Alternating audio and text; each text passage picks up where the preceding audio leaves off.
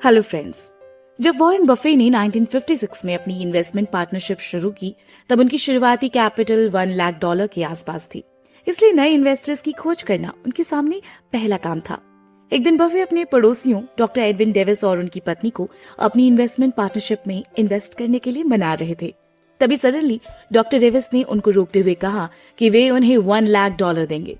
जब बफे ने उनसे पूछा, एकदम से आपको क्या हो गया, तो डेविस बोले, क्योंकि तुम्हें देखकर मुझे चार्ली मंगर की याद आती है।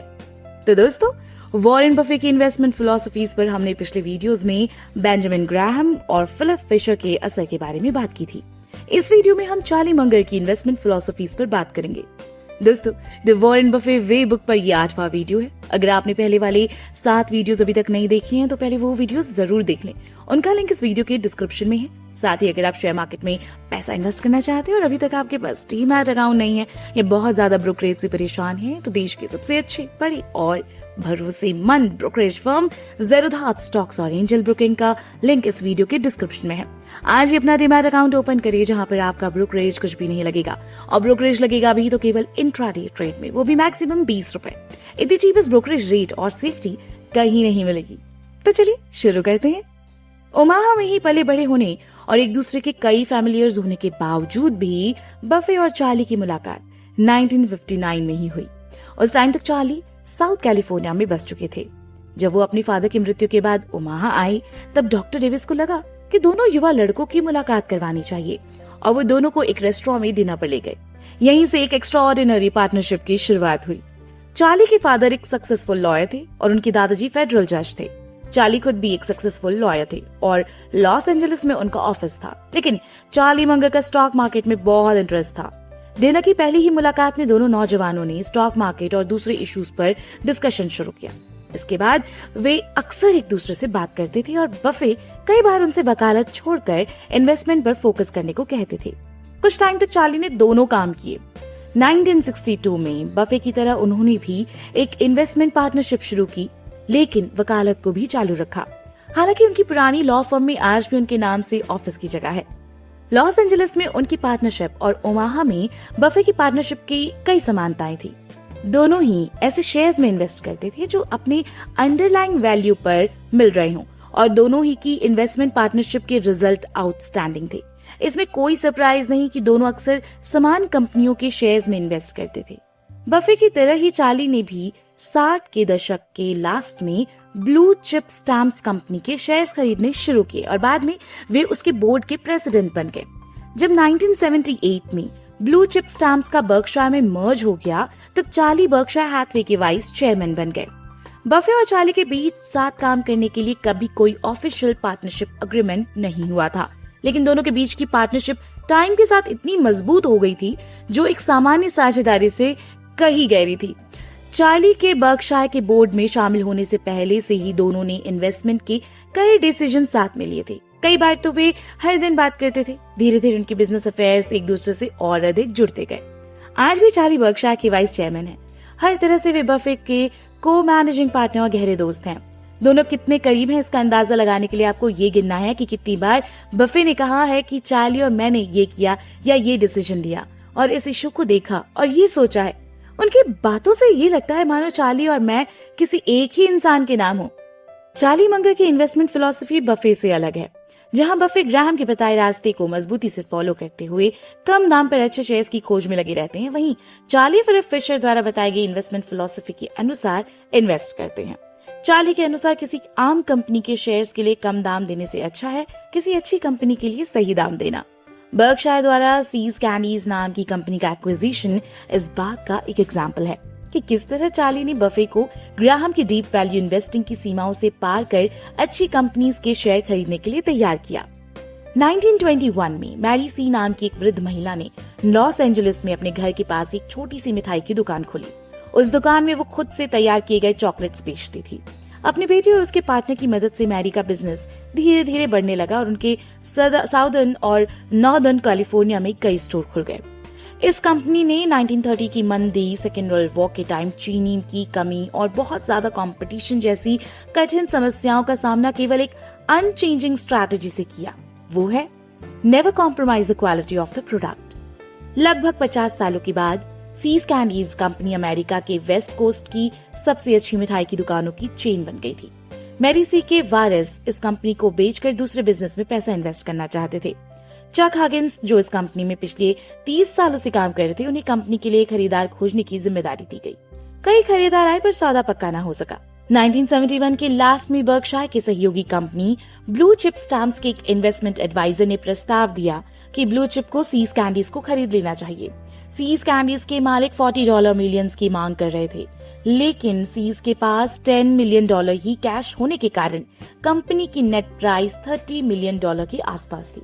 फिर भी बफे सौदे को लेकर आशंकित थे। सीज अपनी बुक वैल्यू से 3 गुना ज्यादा कीमत पर बिक रही थी, जो कि ग्राहम की फिलॉसफी के खिलाफ थी।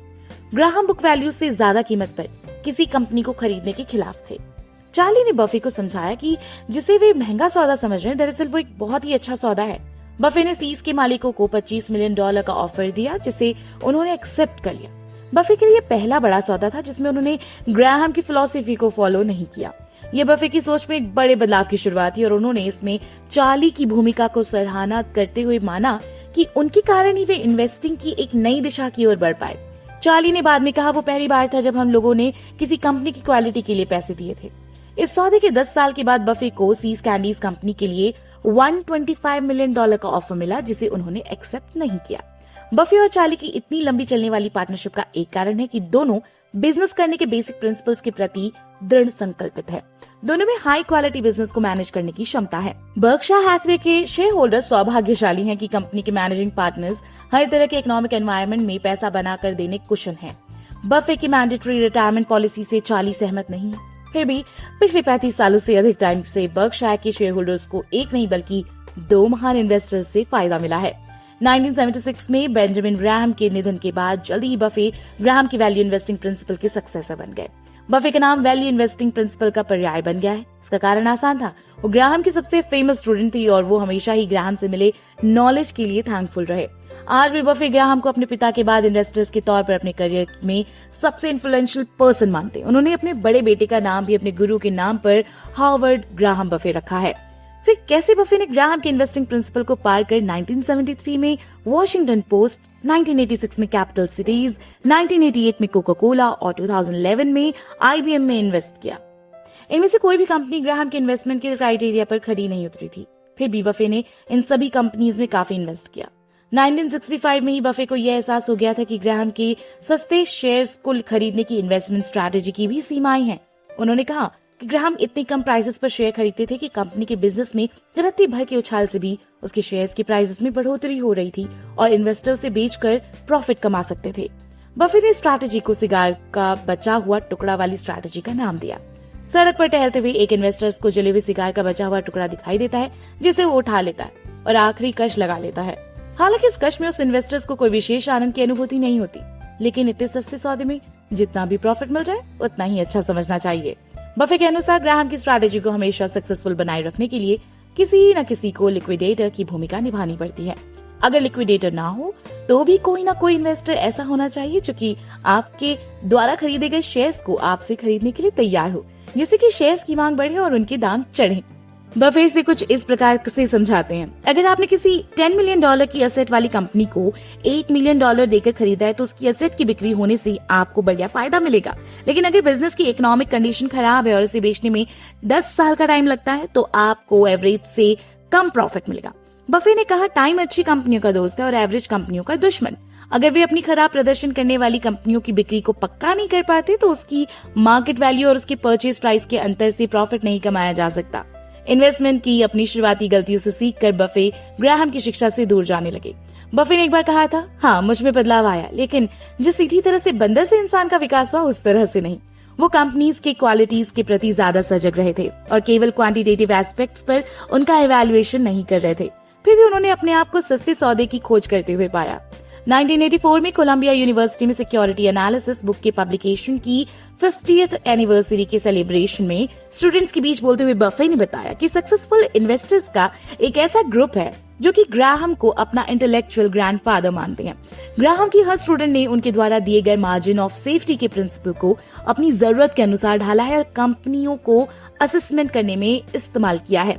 लेकिन इन सभी अलग अलग तरीकों में एक बात समान है और वो ये कि सभी में किसी कंपनी की बिजनेस की वैल्यू और उसके शेयर्स के प्राइसेस के बीच में अंतर को खोजा जाता है।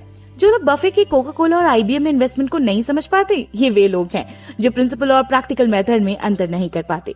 बफे ने ग्राहम के मार्जिन ऑफ सेफ्टी के प्रिंसिपल को अपनाया है, पर ग्राहम की एनालिसिस मेथड से वे दूर होते गए हैं।